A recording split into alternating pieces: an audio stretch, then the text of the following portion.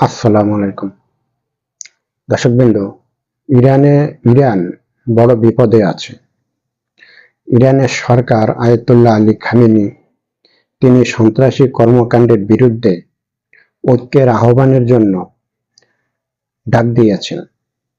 হয়তো তাদের যে বিরোধী দল আছে বা সরকারি বেসরকারি যত বড় বড় প্রতিষ্ঠানের যারা নেতা আছেন, দেশি বিদেশি হয়তো যারা অতিথি আছেন এবং বিশেষ করে দেশের সরকার বিরোধী দল যারা আছেন, হয়তো তাদেরকে সবাইকে ঐক্যবদ্ধ হওয়ার জন্য তিনি আহ্বান জানিয়েছেন।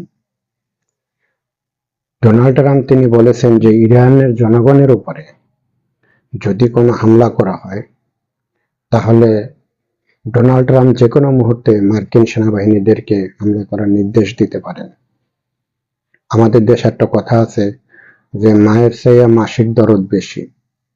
তো সেরকমই হয়েছে ইরান আমেরিকার কথা, যে ইরানের প্রশাসন যদি তার জনগণের উপরে কোনো হামলা করে তাহলে মার্কিন সেনাবাহিনী তাদের উপরে হামলা করবে। এবং এরকমই একটি নিউজ আমরা ইন্টারন্যাশনাল ডেস্কে দেখতেছি। এবং এই আন্দোলন দমানোর একটা উপায় আছে, সেই উপায়টা হলো যে বিষয়টা নিয়ে ইরানের জনগণ আন্দোলন করতেছে সে নেতাদেরকে ডেকে সেই বিষয়টার উপরে একটু সুবিধা দেওয়া। যেরকম নিত্য প্রয়োজনীয় জিনিসের দাম যদি বেড়ে যায় সেটাকে কিভাবে কমানো যায় সেই বিষয়ে নির্দেশনা দেওয়া, এবং আরো যে সব বিষয় নিয়ে আন্দোলন করতেছে ওই বিষয়ের উপরে একটু সুবিধা বা ছাড় দেওয়া, এবং যারা সন্ত্রাসী কার্যকলাপ চালাচ্ছে তাদেরকে রাষ্ট্রবিরোধী আইনে মামলা দেওয়া।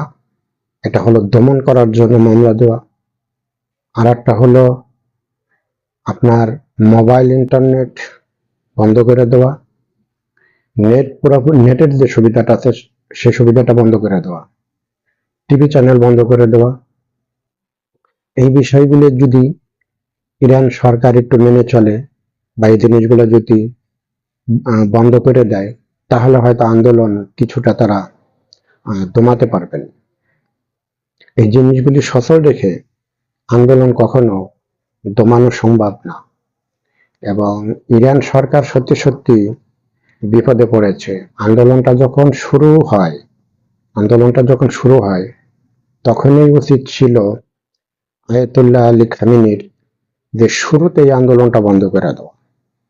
যে বিষয়টা নিয়ে তারা আন্দোলন করতেছে ওই বিষয়টার উপরে একটা সুবিধা দেওয়া উচিত ছিল। বা এই আন্দোলনে যারা লিড দিচ্ছে, পেছন থেকে যারা লিড দিচ্ছে তাদেরকে ডেকে এনে তাদেরকে একটা সুবিধা দেওয়া উচিত ছিল। তাদেরকে যদি বড় ধরনের একটা সুবিধা দিত তাহলে হয়তো আন্দোলনটা শুরুতেই থেমে যেত। এই মুহূর্তে যদি আমেরিকা ইরানের উপরে হামলা চালায় তাহলে ইরানের জন্য অনেক বড় একটা বিপদ হয়ে যাবে। ইরান এখান থেকে আর উপরে উঠতে পারবে না। এবং আমেরিকা যদি হামলা চালায় তাহলে ইসরায়েল তো বসে থাকবে না। ইসরায়েল চাচ্ছে যে আমেরিকা আগে হামলাটা শুরু করুক, তারপরে আমরা এটা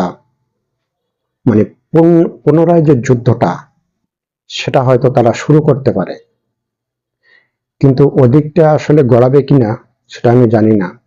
তবে আমরা দোয়া করি আল্লাহর কাছে যে ইরান, ইসরায়েল, আমেরিকা এই তিনটা দেশ যাতে কোনোভাবেই যুদ্ধ না হয়, এটাই আমরা দোয়া করি।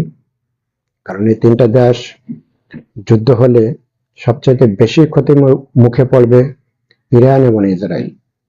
আমেরিকা বেশি একটা ক্ষতির মুখে পড়বে না, কারণ তারা তো নৌবহরের থেকে হামলা চালাবে। তো তাদের নৌবহর অনেক অত্যাধুনিক, সেখানে ইরান হামলা চালাতে পারবে না।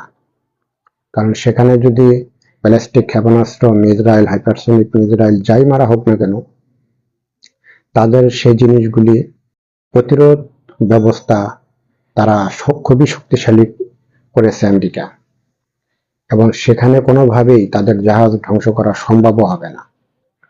এবং এই হামলাটা যদি হয় তাহলে ইরানের জন্য অনেক বড় একটা বিপদ হয়ে যাবে। তবে হামলা হবে বলে আমার মনে হয় না। তবে আমরা আল্লাহর কাছে দোয়া করি যেন এই যুদ্ধটা না হয়, তাহলে সবচাইতে ভালো হবে ইরানের জন্য এবং ইসরায়েলের জন্য। কারণ যুদ্ধ অনেক সময় মানুষের শান্তি বয়ে আনে, এটা কথা ঠিক, কিন্তু কিছু কিছু যুদ্ধ আছে সেই যুদ্ধটা কখনো শান্তি বয়ে আনে না, সেটা অশান্তি বেশি বয়ে আনে। এই মুহূর্তে যদি ইরানে হামলা চালানো হয় তাহলে সেটা অশান্তিটা বয়ে আনবে, শান্তি বয়ে আনবে। তা দর্শকবৃন্দ, যদি আমার এই ভিডিওটা ভালো লাগে লাইক এবং সাবস্ক্রাইব দিয়ে সাথে থাকবেন, এবং আমরা সবাই দোয়া করি যাতে যুদ্ধটা না হয়। আজ এ পর্যন্তই, সবাই ভালো থাকবেন।